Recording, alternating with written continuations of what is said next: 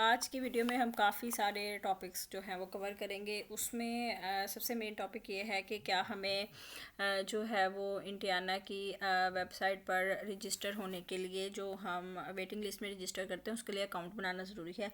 Account बनाना ज़रूरी नहीं है, आप डायरेक्ट रजिस्टर हो सकते हैं। ठीक है, अब उसका मेथड मैं आपको आके बताती हूँ। दूसरी चीज़ ये कि क्या जो हमने पुराने अपने पासपोर्ट पर अकाउंट बनाया हुआ था, अब हम दोबारा जब करते हैं वो लॉगिन नहीं होता, और अगर हम रजिस्टर करते हैं तो वो ऑलरेडी रजिस्टर्ड आता है। ठीक है, तो आप अपना जो पासपोर्ट का लास्ट डिजिट है उसका एक नंबर चेंज कर सकते हैं, उसका कोई इशू नहीं है।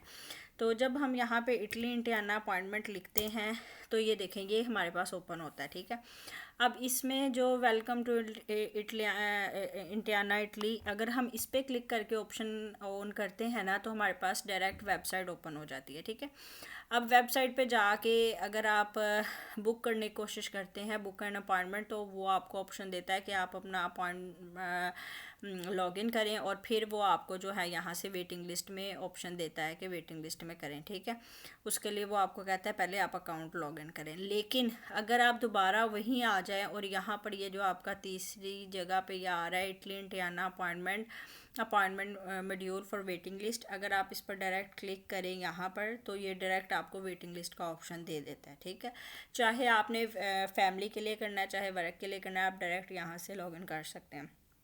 दूसरा प्रॉब्लम जो हमें आता है वो आता है ओटीपी का। मुझे इतने सारे मैसेज आते हैं, हमें ओटीपी रिसीव नहीं होता है। वैसे तो स्टार्टिंग पे ओटीपी का इशू आ रहा था, अभी भी कभी कभी आ जाता है, लेकिन ओटीपी जो है वो टाइमिंग की वजह से भी कुछ हो जाता है, कभी कभी वैसे ग्लिच हो जाता है। लेकिन जब आपको ओटीपी नहीं रिसीव हो रहा होता, तो आपने जो काम करना है वो ये कि आपने अपना नंबर चेंज करके देखना है। फॉर एग्ज़ाम्पल, आप जैस यूज़ कर रहे हैं, आप टेलीनॉर पे शिफ्ट हो जाएं, टेलीनॉर शिफ्ट पे नहीं आ रहा, आप जोंग पे शिफ्ट कर लें, जोंग पे नहीं आ रहा, आप यूफोन शिफ्ट कर लें, तो आप अपना नंबर स्विच कर लें, तो उससे भी आपका ये इशू रिजॉल्व हो जाता है। ठीक है, तो अब कुछ लोग बीच में पूछेंगे ओटीपी क्या है। देखें, दो किस्म के जो लोग रजिस्टर करते हैं उनको पता है ओटीपी रिसीव होते हैं, एक जो आपकी ईमेल पे होता है और एक जो आपके फ़ोन नंबर पे होता है। नंबर का इतना मसला नहीं होता, नंबर पे जस्ट वो आपको वो करते हैं। ठीक है, बाकी आपकी ईमेल पे ही वो आपको ज़्यादा जो है वो कॉरेस्पॉन्डिंग होती है, या आपको जवाब देते हैं, या आपकी जब अपॉइंटमेंट आती है तो आपको वहीं पे जो है वो नोटिफिकेशन मिलता है। अच्छा जी, अब अगली चीज़ क्या है, क्या फ़ी होती है। बिल्कुल जी, एक बंदे की 11,150 कुछ इस तरह फ़ीस होती है। ठीक है, मुझे एग्जैक्ट नहीं याद आ रही इस वक्त। तो ये एक बंदे की, अगर आप दो बंदों का रजिस्टर कर रहे हैं तो 22,000 कुछ होगी, अगर तीन का रजिस्टर कर रहे हैं तो 33,000 34,000 इस तरह होगी। ठीक है, तो ये फ़ी भी आपने उस वक्त बीएलएस की पे करनी होती है। चौथी चीज़, अब क्वेश्चन आ गया कि हमारी बैंक डिटेल्स, हमने बैंक का कौन सा कार्ड लगाना है।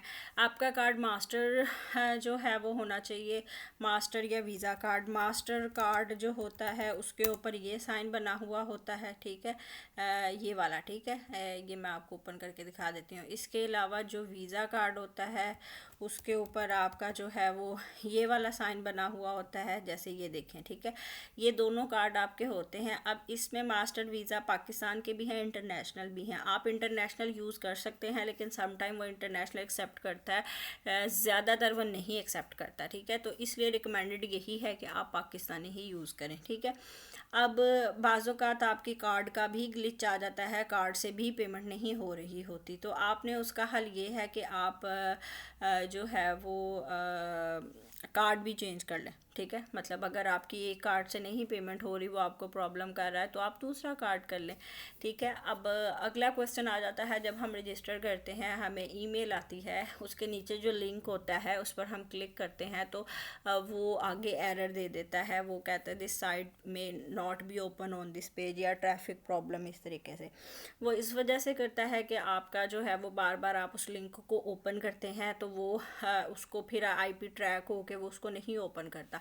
अगर तो आप लैपटॉप पे यूज़ कर रहे हैं तो इधर से ये 3 बार पे क्लिक करके हिस्ट्री पे जाएं और हिस्ट्री आप कर लें। अगर आप शॉर्टकट जानना चाहते हैं तो Ctrl+H लिखें, उससे आप अपनी जाके अपनी ब्राउजिंग हिस्ट्री जो है वो डिलीट कर दें। ठीक हो गया। लेकिन अगर आप यूज़ कर रहे हैं मोबाइल, उसके ऊपर भी इसी तरीके से साइड पे हिस्ट्री का ऑप्शन आ रहा होता है, उसको क्लियर करें और करके फिर दोबारा आप ओपन करें तो आपका ओपन भी हो जाएगा। और आपको नज़र भी आ जाएगा कि आपका जो अभी चल रहा है नंबर वो ये है, ठीक है।